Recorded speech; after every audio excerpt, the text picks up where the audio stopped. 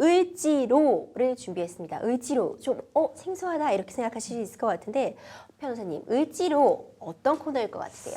아, 네. 제가 아는 을지로는 중국 을지로밖에 없는데요. 영어랑 한글이 또 한자가 섞인 건 또 처음이라 어떤 의미인지 좀 궁금한데요. 네, 을지로는 바로 을들이 알아야 할 법을 줄여서 저희가 을지로라고 만들어 봤습니다. 오늘 바로 그 을지로의 첫 시간인데요. 변호사님 오늘 알려주실 내용 어떤 건가요? 아, 네. 오늘 알려드릴 내용은요. 법과 관련된 용어들이 굉장히 어려운 게 많은데요. 오늘은 민사소송을 하기 전에 알아야 하는 기본 용어와 그리고 내용들에 대해서 먼저 짚어보려고 합니다. 그렇군요. 사실 원고와 피고 이런 용어들 누구나 다 들어봤고 일상 속에서도 자주 쓰는 말이지만 정확히 원고, 피고 뭔지 아시는 분 좀 많지 않을 것 같아요. 정확히 원고가 누구고 피고는 누군가요? 네, 쉽게 이제 설명을 하면요. 원고는 이제 소송을 해서 상대방에게 무언가를 청구하는 사람을 의미하고요. 피고는 그 청구를 받는 상대방을 의미합니다. 그렇군요. 그런데 지금 현재 진행되는 대부분의 소송이 예전처럼 이렇게 종이로 직접 방문해서 접수하고 이런 게 아니라 전자소송으로 이루어지고 있잖아요. 네. 이 부분도 좀 많은 분들이 헷갈려 하시는 것 같아요. 종이소송, 전자소송 어떤 차이가 있는지 좀 알려주시면 좋을 것 같거든요. 네, 이제 뭐 요약을 하면 전자소송이 종이소송보다 더 경제적이다라고 요약할 수 있을 것 같은데요.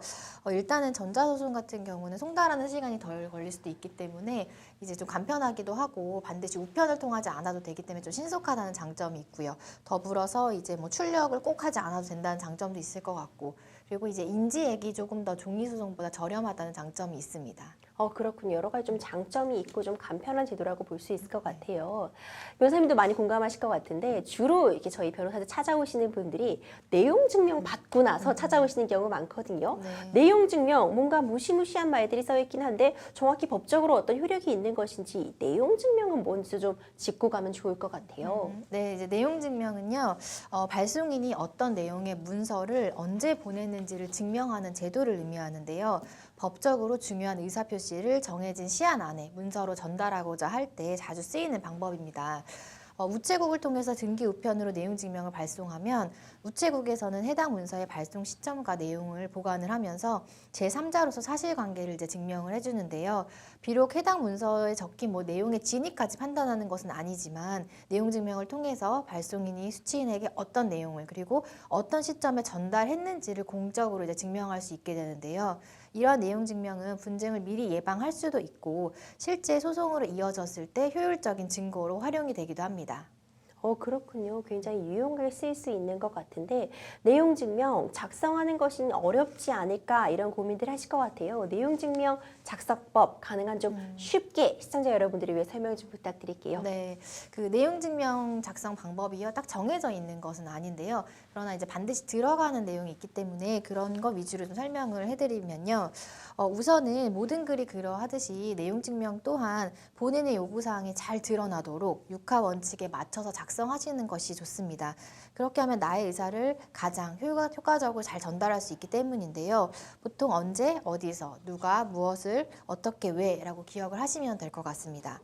또한 내용 증명은 요구사항이 잘 드러날 수 있도록 간결하게 쓰시는 것도 중요한데요. 내용 증명의 역할이 상대방에게 일정한 의사를 전달하는 것이기 때문에 내용이 복잡해서 전달하고자 하는 게 분명하게 드러나지 않으면은 나중에 이제 증거로서의 효력이 원하시는 방법대로 사용되기 어려울 수도 있기 때문에 좀 간결하게 본인이 원하는 바를 잘 드러나게 작성하는 게 중요할 것 같습니다. 예, 그리고 이제 형식적으로는요, 이름이나 주소를 명확하게 기재를 하셔야 되는데요.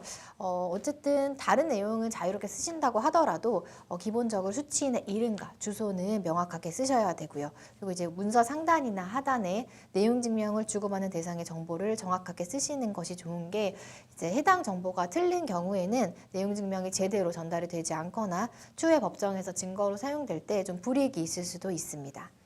그렇군요. 변호사님께서 굉장히 꼼꼼하게 내용 증명에 들어가는 내용 설명해 주셨는데요. 그래도 아직 어렵다 이렇게 느끼시는 분들도 계실 것 같아요. 정말 꼭 꼭 들어가야 되는 핵심적인 사항 위주로 다시 한번 정리 부탁드릴게요.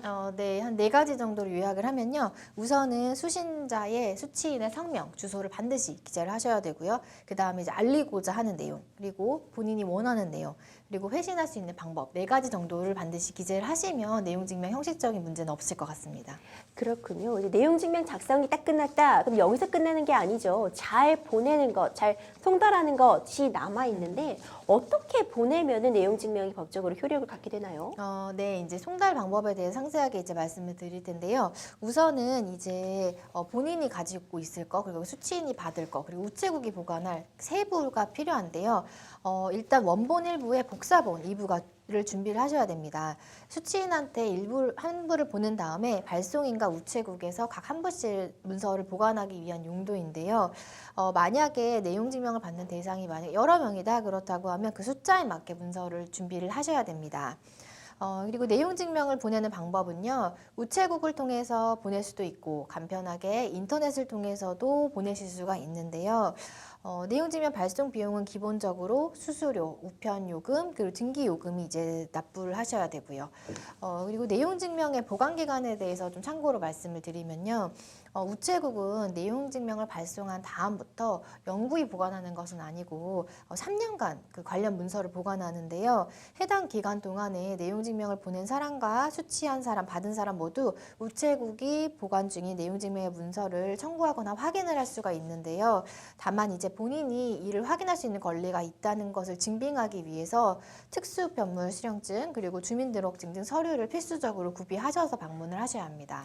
그렇군요. 이제 내용 증명을 작성하는 법, 보내는 법까지 알아봤습니다. 그럼 마지막으로 도대체 어디로 보내야 되는지도 궁금해요. 보내고자 하는 사람 집 주소로 보내야 되는 건지 근무지로 보내도 무방할지 이 부분도 궁금하거든요. 네, 이제 받으시는 분의 주소에 대해서 고민하시는 분들이 많으신데요. 일단 수취인이 있는 장소면 어디든 무관하고요. 집 주소이면은 뭐 더 확실하겠지만 집 주소가 아니더라도 근무하는 장소라든지 혹은 잠시 거소하는 지역이라든지 어디든지 이제 무관하게 수취인이 받을 수 있는 곳이라면 상관이 없습니다. 그렇군요. 이제 내용 증명 답사법까지 알아봤습니다. 이제 마지막으로 소장 작성하는 방법도 좀 정리해 주시면 좋을 것 같아요. 소장, 이거 변호사 없이 작성할 수 있는 건가요? 네, 소장도 본인이 직접 작성하시는 건 문제가 없으신데요. 이제 소장을 작성하실 때에는 본인이 원하는 취지, 청구 취지라고 하는 것과 청구 원인을 작성하셔야 되고 상대방의 이름 그리고 상대방이 이 문서를 송달받을 수 있는 주소지를 입력을 하셔야 되는데요. 요즘에는 이제 전자소송이 잘 되어 있기 때문에 소장을 작성해서 우편물로 접수하는 것도 방법일 텐데 그거 말고 이제 그 대한민국 법원의 전자소송이라는 사이트가 있거든요. 이제 거기 들어가시면 전자소송으로 로그인을 하시게 되면은 서류 제출을 하실 수가 있거든요. 들어가시면 서류 제출 탭이라는 게 있고 거기에 보면 민사, 행정, 가사 등등 자료들이 있는데 그 중에 원하시는 소송 종류를 선택을 하시는데 통상은 민사가 가장 많고요. 뭐 국가기관에 대한 행정소송인 경우에는 행정을 클릭을 하셔야 되거든요. 그걸 클릭을 하신 다음에 이후에 소장이나 입증 자료에 대한 파일을 이제 업로드를 하시면 되기 때문에 그리고 제출하시면 되는 간단한 절차이기 때문에 우편 접수보다도 간편하고 비용도 저렴한 전자소송을 한번 해보시는 걸 추천을 드립니다. 그렇군요. 그렇다면 이 소송 진행할 때 사건명 항상 나오잖아요. 이건 네. 또 어떻게 정해지는 건지 궁금해요. 네, 이제 그 아까 말씀드린 것처럼 전자소송으로 진행을 할 때는 이제 사건명을 반드시 기재를 하게 되어 있고 우편으로 접수할 때는 본인이 사건명을 기재를 해야 되는데요. 사실 이 사건명은 잘못 기재가 된더라도 큰 문제가 발생하지는 않아요. 그래서 뭐 오기가 있다고 해서 소송이 진행이 안 되거나 그러진 않는데 보통 뭐 손해배상기, 손해배상지 이런 식으로 사건명이 부여가 되는데 이거는 내가 청구하고자 하는 원인에 따라 사건을 분류해 놓은 거라고 생각을 하시면 되고요. 조금 잘 모르겠다 싶으시면 검색 같은 걸 하셔서 내가 지금 상대방한테 청구하는 게 뭐 빌려준 돈이라 대여금인지 아니면 손해가 발생해서 그 배상을 청구하는 손해배상인지 등등을 확인하셔가지고 기재를 하시거나 혹은 이제 전자소송으로 진행하시는 경우에는 선택을 하시면 됩니다. 그렇군요. 의들이 꼭 알아야 할 법, 의지로 오늘 첫 시간 함께 했는데 어떠셨나요? 다음 시간에도 더 유익한 정보로 돌아오도록 하겠습니다.